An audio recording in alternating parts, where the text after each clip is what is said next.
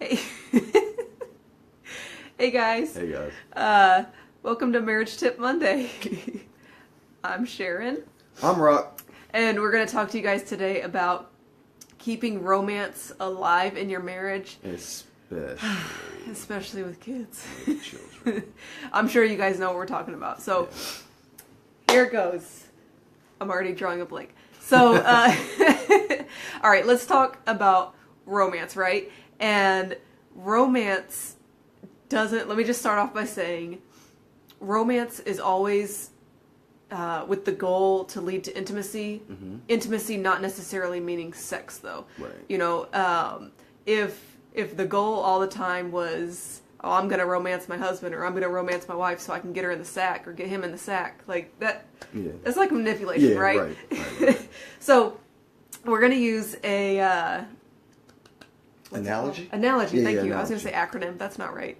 Okay, we're going to use an analogy here. So think about a stovetop, right?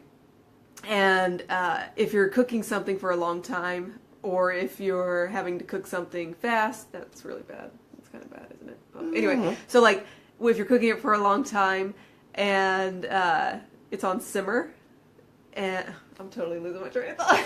Please help me. Yeah, sure, no I problem. don't feel well. Yeah, it's just, if you can't tell, this is bad. Yeah, we talked about it earlier, and we were saying, like, if something's on simmer, and or it can go all the way to hot, romance you want to always kind of have in your marriage. Yeah. And what that doesn't mean... So it needs to always be on simmer. Yeah, because you can't always be on boil. You know, and I think a lot of times people think of romance like the big idea, right? Yeah, oh yeah, absolutely. I know I did, like...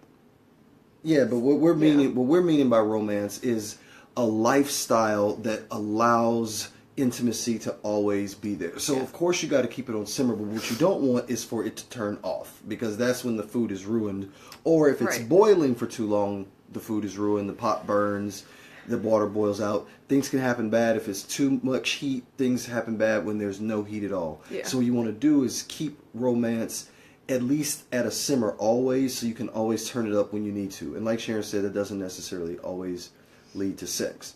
But that kind of begs the question, like, what is romance? And we've been praying about it and thinking about it, and I think I came up with a definition, and you guys can let me know.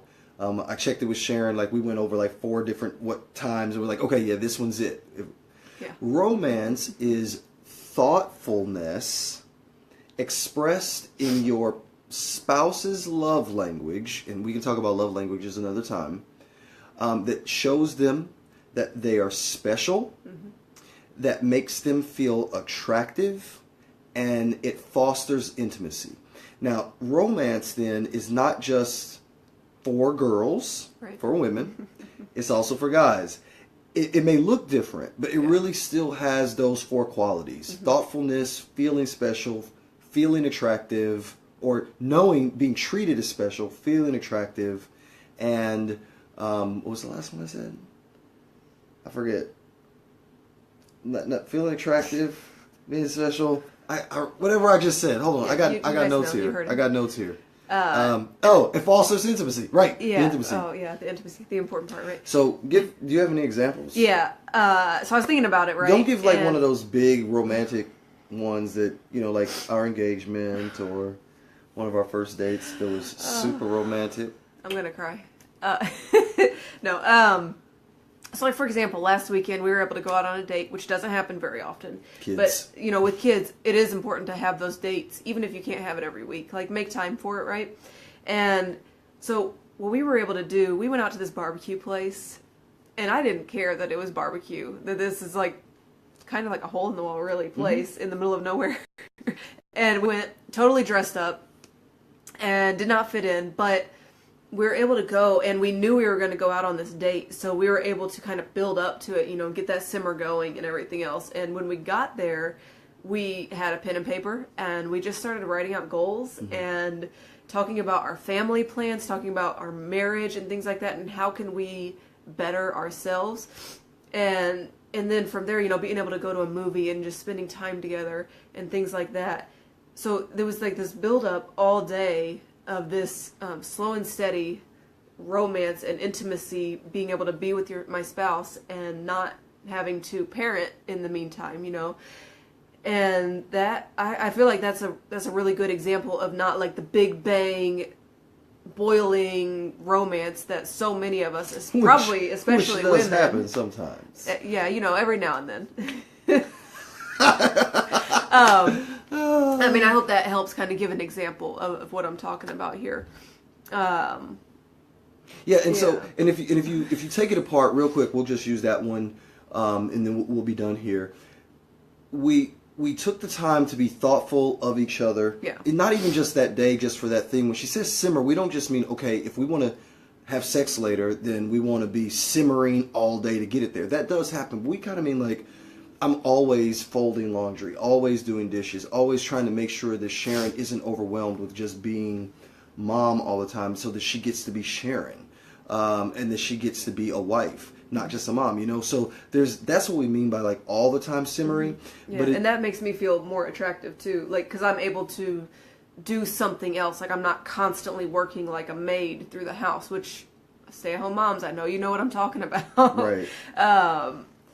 And it makes me feel special, and it makes me feel loved, and I see that my husband is recognizing those things, and that brings a level of intimacy, because then I'm more open to talking, and I'm not building up a resentment because I'm constantly working, and then when he gets home he's not helping out around the house, or whatever. Those things that's just what happens in marriage, especially with kids, when you have a home, like all that happens. Yeah, and that's what we mean by simmering. And so if you noticed, if you go back and watch the video, she said the three of the four things that we said. I don't even know if you meant to do that. She said about being special, that it shows her that she's special, makes her feel attractive.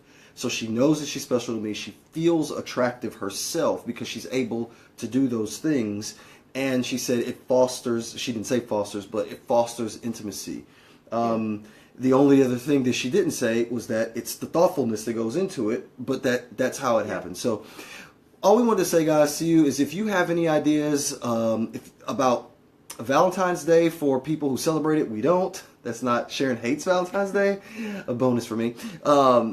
If you guys have any ideas for people out there who don't know what to do about how to be thoughtful, how to treat someone special, how to let them know, how to make them feel attractive in that moment, and so that intimacy can happen. And intimacy, yes, that is sex, but not just sex. It's being able to talk with someone. It's cuddling without saying a word. That's intimacy when you are connected to this other person. So if you have any ideas, drop them down there. Let us know what you think in the comments. If you like this, if this was helpful for you, if you have other things that you think contribute to romance that is a key to it that we missed, go ahead and drop that down below too. We'd love to hear from you.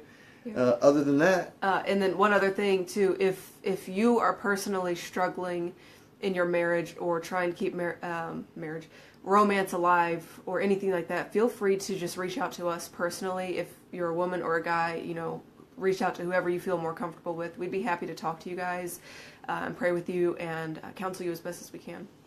Yeah, and one more thing, women, you can definitely romance your husband. Like I said, it looks different. It's not flowers and a pedicure and things like that. But if you take the time to be thoughtful of the things that he likes, and if you make him feel attractive by honoring him and telling him how awesome he is, things like that. Keeping dishes out of the sink. Yeah, well, that's one of my things. Make him feel attractive. All the things that we said, that will foster intimacy for him to want to be close to you. And that might not always be, let me tell you my feelings. Although I'm that way, but not every guy is. So, still, our light is turning off. It's okay. So just remember, ladies, too, that this isn't just about us being romance. This is, we have to romance our husbands too, because they can't feel stale. This is a joint effort. We are in this together. We are one, and so cool. Bye, guys. Hey, wait. She almost left me hanging. I didn't see. I was looking. Love you. Oh, sick.